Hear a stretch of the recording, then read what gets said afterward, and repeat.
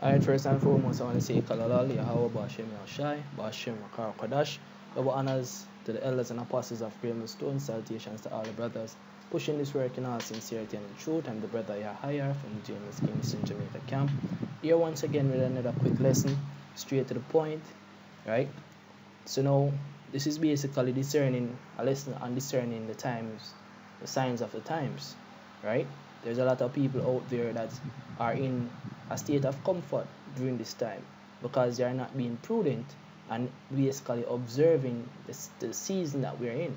Now, for those who are a part of the truth, who are in the knowledge and who are in the know, they are the ones who are being prudent and who are basically going out there or pushing the information about the current state of what we are in right now, right? So this is the book of 1 Thessalonians 5:1. It said, "But of the times and the seasons, brethren, ye have no need that I write unto you, for yourselves know perfectly that the day of the Lord so cometh as a thief in the night."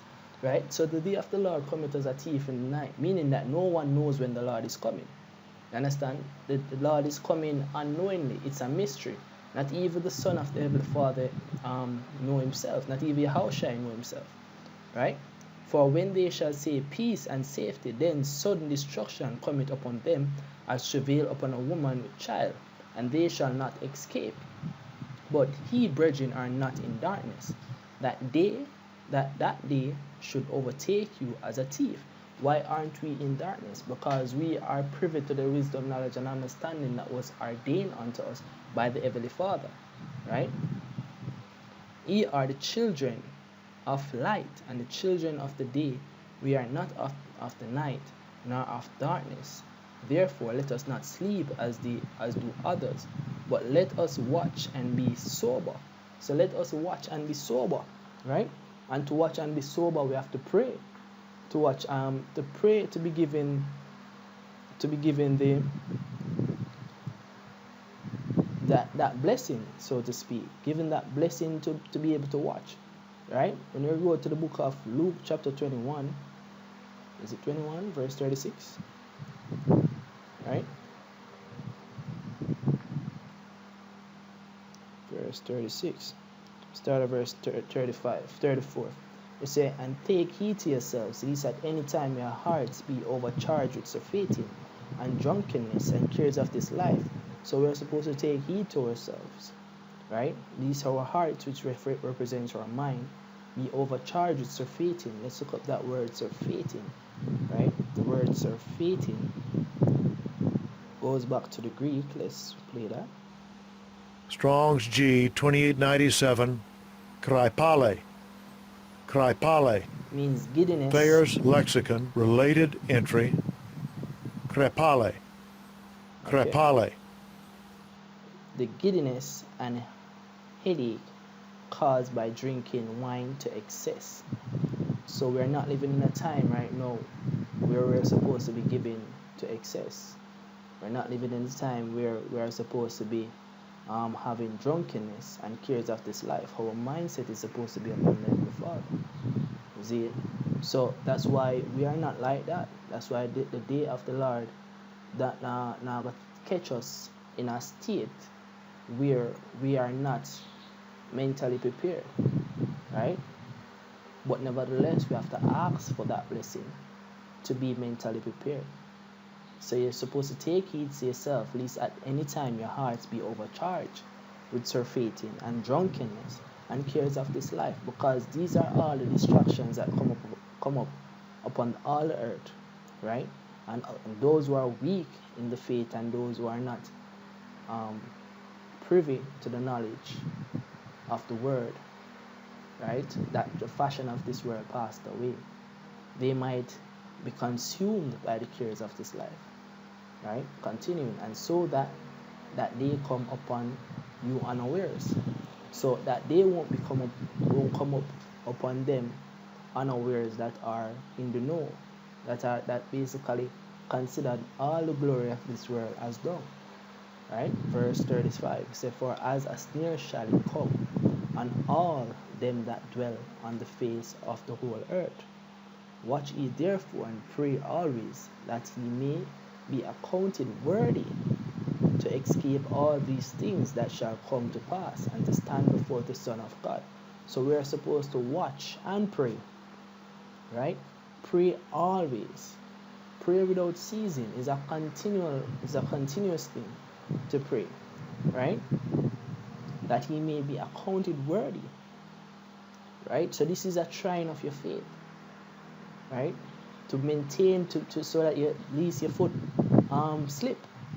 When you read the book of Psalms 121, right? It tells you it's a prayer, right? A song of degrees. It says, I will lift up my eyes unto the hills, from whence cometh my help. My help cometh from the Lord, which made heaven and earth.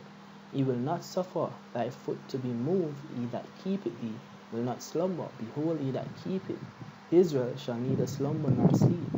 The Lord is thy keeper. The Lord is thy shade upon thy right hand. The sun shall not smite thee by day, nor the moon by night. Right? The Lord shall preserve thee from all evil. He shall preserve thy soul. The Lord shall preserve thy going out and thy coming in, from this time forth and even forevermore. So this is the state of mind that we're supposed to in. This is an affirmation, right? A prayer, which is also an affirmation to keep your mind grounded, right? Because so the mindset that we're supposed to be in is to be always constantly aware of the times that we're living in right now, right? And when you turn to the times that we're living in, it tells you precisely what is happening, right? So when you read the book of Luke 12 and 54, it says, and he said also to the people, when you see a cloud rise out of the east, straightway he said, there cometh a shower, and so it is. So there are individuals who can assess that rain is going to fall, right? And sure enough, rain falls because of the signs of a cloud when it's darkened. Continuing, he say, and when you see the south wind blow, he say, there will be heat, and it cometh to pass. Ye hypocrites, ye can discern the face of the sky and of the earth, but how is it that ye do not discern this time? So this is a question that is being posed, right? How can you not discern the time, right? The reason why a lot of individuals are unable to discern the time, because the Heavenly Father put them in a state of slumber, in a state of deep sleep, right? But nevertheless, the signs are evident. The signs are all around us, right? When you look in the book of 2nd Ezra chapter 15 verse 1, behold, speak thou in the ears of my people the words of prophecy, which I will put in thy mouth, saith the Lord, and cause them to be written, for they are faithful and true. Right? Cause them to be written because they are faithful and true. So the words that are in the book, the words that are spoken before the events happen, they are faithful and true, and they will happen. And when you turn to the book of 2nd Ezra chapter 9, it tells you some of the things that are going to happen. Right? Is it 9? He answered me then and said, measure thou the time diligently in itself, and when thou seest part of the signs pass, which I have told thee, then shalt thou understand that it is the very same time wherein the highest will begin to visit the world which he made. Therefore, when there shall be seen earthquakes and uproars of the people in the world, then shalt thou well understand that the Most High spake of those things from the days that were before thee, even from the beginning. Right? For like as all that is made in the world, at a beginning and an end, the end is manifest. So the end is being made manifest through the signs of what is happening right now. Even though no man knows the time that the Heavenly Father will come to take the world, right? There are signs that are being shown to mark the end, to show you that we're living in that season of the end.